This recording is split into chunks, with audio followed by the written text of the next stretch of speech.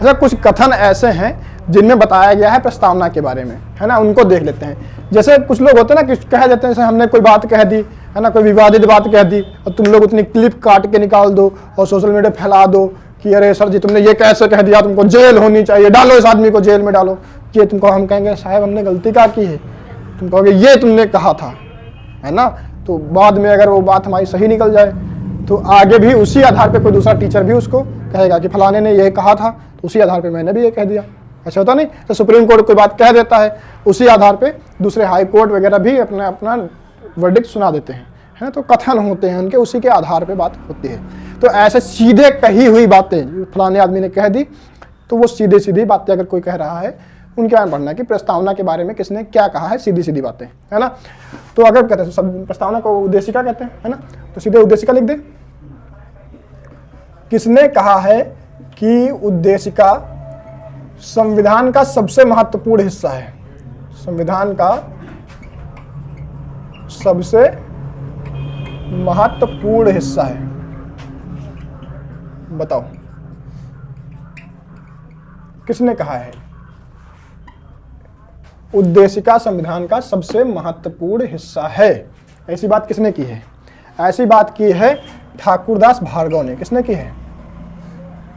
ठाकुरदास भार्गव ने की है। ठीक है, ये बात ध्यान रखना, प्रस्तावना संविधान का सबसे महत्वपूर्ण हिस्सा है। ठीक है, ये किसने कहा है? ठाकुरदास भार्गव ने कहा है। ये किसने कहा है कि प्रस्तावना संविधान की कुंजी है? प्रस्तावना संविधान की कुंजी है। कुंजी भी अगर कोई कह दे कि कुंजी किसने कहा, तो यही है भाई साहब। ठीक है, कहा है कि प्रस्तावना संविधान का सबसे महत्वपूर्ण हिस्सा है, ये उसकी कुंजी है। ऐसा किसने कहा है? ठाकुरदास भार्गव ने। तुम्हारे पेपर में क्वेश्चन आ जाता है, सीधे ये पूछ दिया जाएगा कि किस व्यक्ति ने ऐसा कहा है कि प्रस्तावना संविधान की कुंजी है, तो ठाकुरदास भार्गव। या ये पूछ दिया जाए कि किसने कहा है कि प्रस्तावना संविधान का सबसे महत्वपूर्ण भाग है, तो ठाकुरदास भार्गव हो जाएंगे। दूसरा कथन एक है, किसने कहा है कि प्रस्तावना संविधान की राजनीतिक जन्मपत्री है? प्रस्तावना संविधान की राजनैतिक जन्मपत्री है। राजनैतिक जन्मपत्री जानते हो? कुंडली, है ना। अरे भैया नहीं भर पाएगा, क्लास चल रही, तुम डिस्टर्ब कर रहे हो। चलो देखो, प्रस्तावना संविधान की राजनैतिक जन्मपत्री है, ऐसा किसने कहा है? ये बताना है। जन्मपत्री मतलब समझते हो? कुंडली, क्या कहते हैं? कुंडली, है ना, जिसको देख करके पूरी जानकारी मिल जाए, है ना, कुंडली से कहते हो। जन्मपत्री की जगह कुंडली ब्रैकेट में लिख लेना समझने के लिए।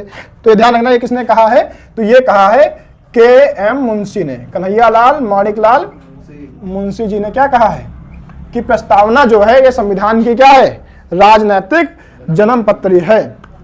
अब बात आ जाती है किसने ये कहा है कि प्रस्तावना संविधान की आत्मा है? किसने कहा है प्रस्तावना संविधान की आत्मा है? ये हम पढ़ा चुके हैं, आत्मा है।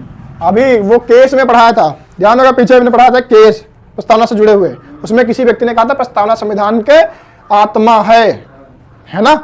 ऐसा किसने कहा था? ये कहा था मोहम्मद हिदायतुल्लाह ने। किसने कहा था? हिदायतुल्लाह ने कहा था। थोड़ा दिमाग में रखा करो थोड़ी देर के लिए कम से कम। ठीक है, अच्छा एक स्टेटमेंट और है ये कि संविधान अगर क्या है? संविधान अगर शरीर है तो प्रस्तावना आत्मा है। बात एक ही जैसे है, लेकिन स्टेटमेंट थोड़ा अलग है ना। इन्होंने भी आत्मा कहा है, मोहम्मद हिदायतुल्लाह ने भी इसको क्या कहा है? आत्मा कहा, लेकिन इन्हें थोड़ा बढ़ा दिया कि संविधान अगर शरीर है तो प्रस्तावना आत्मा है। ऐसा किस भाई साहब ने कहा है, ये तुमको बताना है। इन भाई साहब का नाम क्यों बता सकते हो? ये पूछा जाएगा जब तुम लोग पीसीएस दे रहे होगे या फिर यूपीएसआई दे रहे होगे, तब तुमसे पूछा जाएगा। ये कहा है सुभाष कश्यप ने। किसने कहा है? सुभाष कश्यप ने, ये भाई साहब ने ये बात कही है कि संविधान अगर शरीर है तो प्रस्तावना उसकी आत्मा है। हम ये घोषणा करते हैं। ठीक है, अच्छा एक और तुमने सुना होगा कि फलाने व्यक्ति ने क्या कह दिया कि ये प्रस्तावना नहीं इसकी आत्मा है, दूसरी आत्मा है। दूसरी आत्मा कौन है? हाँ, उन्होंने क्या कह दिया है कि अनुच्छेद 32 क्या है? 32 में संवैधानिक उपचारों का अधिकार। वो बात भी लिख लेना, यहाँ पे लाइन खींच दें, अलग बात है ना। तो इन्होंने कहा कि अनुच्छेद 32 जो है, कौन सा अनुच्छेद 32 में क्या है, संवैधानिक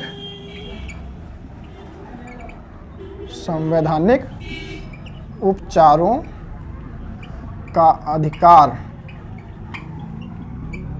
ये आत्मा है ना।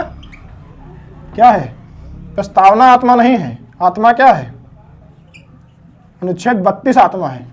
ऐसा किसने कहा है, हाँ, तो बाबा साहब अंबेडकर ने। तो लिख लेना डॉक्टर अंबेडकर, है ना। ठीक है, तो ध्यान रखना, अनुच्छेद 32 को आत्मा किसने कहा है, बाबा साहब अंबेडकर ने कहा है। क्या कहा है, अनुच्छेद 32 क्या है, संविधान की आत्मा है। लेकिन अगर बात कही जाए कि संविधान की आत्मा प्रस्तावना को किसने कह दिया, तो हो जाएंगे मोहम्मद हिदायतुल्लाह। अगर ये कह दिया जाए कि संविधान शरीर है तब प्रस्तावना आत्मा है, तो सुभाष कश्यप हो जाएंगे। अगर जन्म पत्री की बात कह दिया जाए, कुंडली कह दिया जाए, किसने कहा है, संविधान की, तो कह दिया जाएगा के.एम. मुंशी को कह दिया जाएगा कि ये क्या है, ये उन्होंने कह दिया कि प्रस्तावना संविधान की राजनीतिक जन्म पत्री या कुंडली है। लेकिन अगर वही बात किया जाए कि उद्देशिका को संविधान का सर्वश्रेष्ठ हिस्सा, महत्वपूर्ण, सबसे महत्वपूर्ण हिस्सा या संविधान निर्माताओं के मन की कुंजी किसने कह दिया है, ठाकुरदास भार्गव, है ना, ये उनका नाम था। ठीक है, तो ये ध्यान रखना, ये इन्होंने क्या कह दिया है कि ये संविधान की कुंजी है। बात ध्यान रहेगी, यानी दिक्कत, कोई दिक्कत नहीं। तो ये छाप लेना तुम लोग, है ना, पूरा छाप लो, पूरा इसी से क्वेश्चन आएंगे।